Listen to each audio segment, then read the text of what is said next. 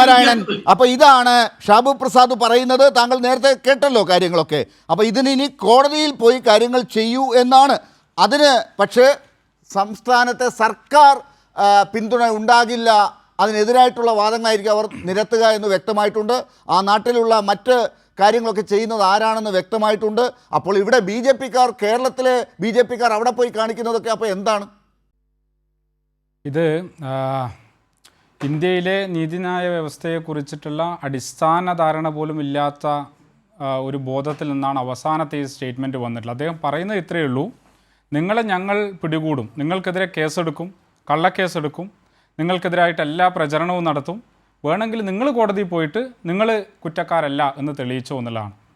അതായത് innocent until guilty found guilty എന്നുള്ളതാണ് India പിന്തുടരേണ്ടതുള്ള നീതിയുടെ അടിസ്ഥാന തത്വം എന്നുള്ളത്. ഒരാൾ കുറ്റക്കാരനാണ് എന്ന് തെളിയിക്കപ്പെടുന്നത് വരെ അവർ എന്തായിരിക്കണം? നിരപരാധിയായിരിക്കണം. അതുകൊണ്ടാണ് ജാമ്യത്തെക്കുറിച്ച് പോലും പറയുമ്പോൾ jail should be an exception,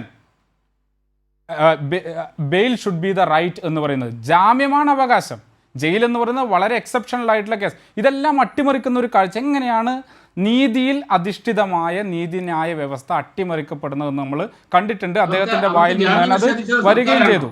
അല്ല, ഞാൻ സംസാരിച്ചില്ല. അദ്ദേഹം പറയുമ്പോൾ താങ്കൾ ഇവിടെ സംസാരിച്ച ഒരു സെക്കൻഡിൽ പോലും ഞാൻ ഇടപെട്ടിട്ടില്ല. താങ്കൾ സംസാരിക്കരുത്, താങ്കളുടെ സമയത്ത് വരാം.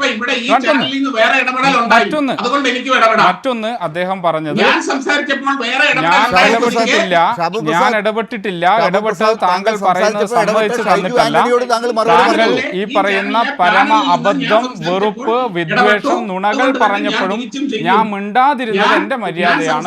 താങ്കൾ ഇടപെടരുത്. സംഘപരിവാരത്തിന്റെ സംസ്കാരം ഇവിടെ കാണിക്കരുത്. താങ്കൾ താങ്കൾക്ക് പൊള്ളും. ഞങ്ങൾ ചില കാര്യങ്ങൾ പറയുമ്പോൾ നിങ്ങൾക്ക് പൊള്ളും, അത് പൊള്ളട്ടെ. പറ്റുമെങ്കിൽ അദ്ദേഹത്തിന്റെ മറ്റൊന്ന് താങ്കൾ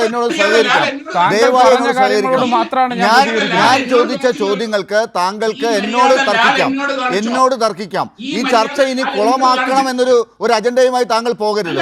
ദയവായി ഛത്തീസ്ഗഡിലെ ഒരു നിയമം ഇവിടെ നടപ്പിലാക്കരുത്. ഛത്തീസ്ഗഡിലെ നിയമം ഇവിടെ നടപ്പിലാക്കരുത് ദയവായി. ഈ മര്യാദ ലാൽ എന്നോട് കാണിച്ചില്ലല്ലോ. ഞാൻ സംസാരിക്കുമ്പോൾ താങ്കളോട് കാണിച്ചു. താങ്കളുടെ കൂടി അനുവാദത്തോടു കൂടിയാണ് മറുചോദ്യം ചോദിച്ചത്. അല്ല, താങ്കൾ സംസാരിക്കാൻ ഞാൻ അനുവദിക്കാതിരുന്നില്ല. ദയവായി. ഞാൻ വഴങ്ങിയിട്ടുമില്ല. ഞാൻ താങ്കളുടെ ഉത്തരങ്ങൾ ഞാൻ എടുത്തിട്ടുണ്ട്. ഞാൻ താങ്കളുടെ ഒരു വാക്കും കേൾപ്പിക്കാതിരുന്നിട്ടില്ല. ഷാബു പ്രസാദ്, ദയവായി കേൾക്കൂ. താങ്കൾ പറഞ്ഞ എല്ലാ വാക്കുകളും ആളുകൾ കേട്ടിട്ടുണ്ട്. ദയവായി കേൾക്കൂ. ഈ ഒറ്റ കാര്യമേ ഉള്ളൂ. അദ്ദേഹം പറഞ്ഞാൽ മതി, അവർക്ക് ജാമ്യം നിഷേധിച്ചിരിക്കുന്നത് കോടതിയാണോ സർക്കാരാണോ? ശരി, അതുകൂടി കേൾപ്പിച്ചിരിക്കുന്നു. നിതീഷ് പറഞ്ഞോളൂ. അതെ, ഞാൻ പറഞ്ഞു. കാരണം ഇവിടെ ഇങ്ങനെയുള്ള കേസുകൾ നമ്മൾ കണ്ടിട്ടുണ്ട്. 10 വർഷം നിങ്ങൾ ജയിലിൽ അടച്ച ഒരാളുണ്ടായിരുന്നു. ഈ സംവിധാനം എങ്ങനെയാണ് പ്രവർത്തിക്കുന്നത് നമുക്കറിയാം. അദ്ദേഹത്തിൻ്റെ പേര് പ്രൊഫസർ സായിബാബ എന്നുള്ളതാണ്.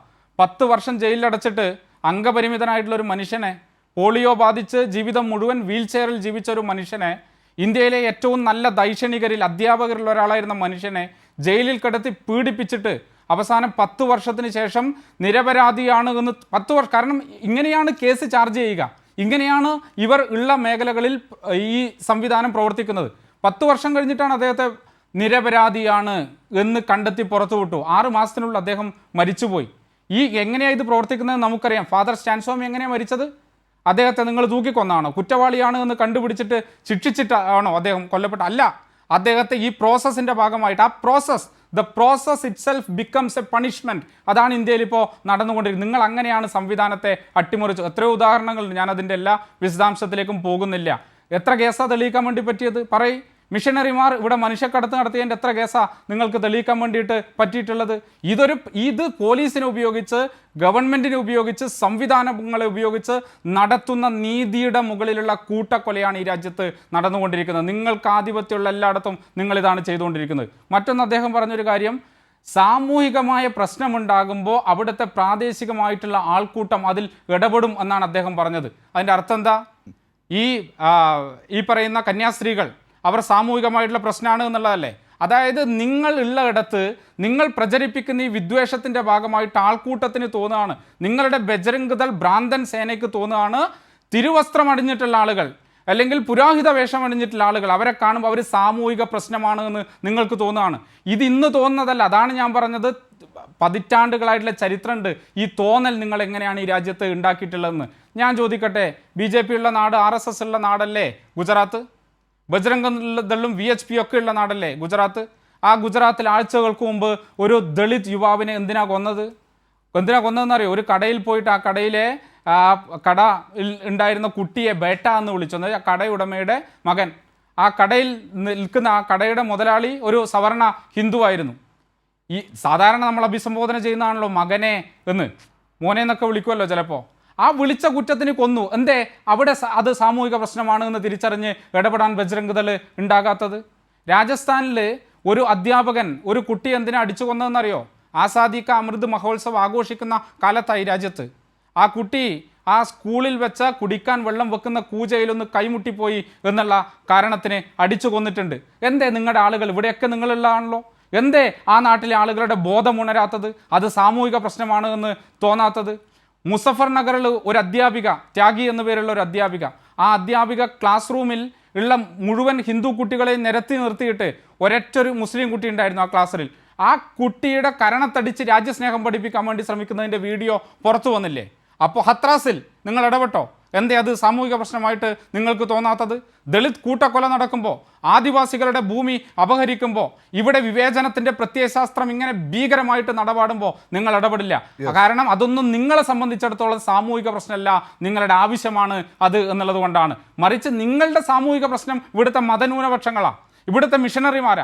വിദ്യാഭ്യാസത്തിന് വേണ്ടിയിട്ട്, ആദിവാസികൾക്കിടയിൽ ദാരിദ്ര്യം അവസാനിപ്പിക്കുവാൻ വേണ്ടിയിട്ട് മനുഷ്യത്വപരമായിട്ട് ഇടപെടുന്ന, മതനിരപേക്ഷത പ്രചരിപ്പിക്കുന്നവരാ. ഒരു കാര്യം കൂടി ഞാൻ പറയാം ഡോക്ടർ ലാൽ, ഈ രാജ്യത്ത് ആരാ മനുഷ്യക്കടത്ത് നടത്തുന്നതെന്നറിയോ? മനുഷ്യക്കടത്ത് നടന്നത് ഇവർ പ്രചരിപ്പിക്കുന്ന ആളുകളൊന്നല്ല.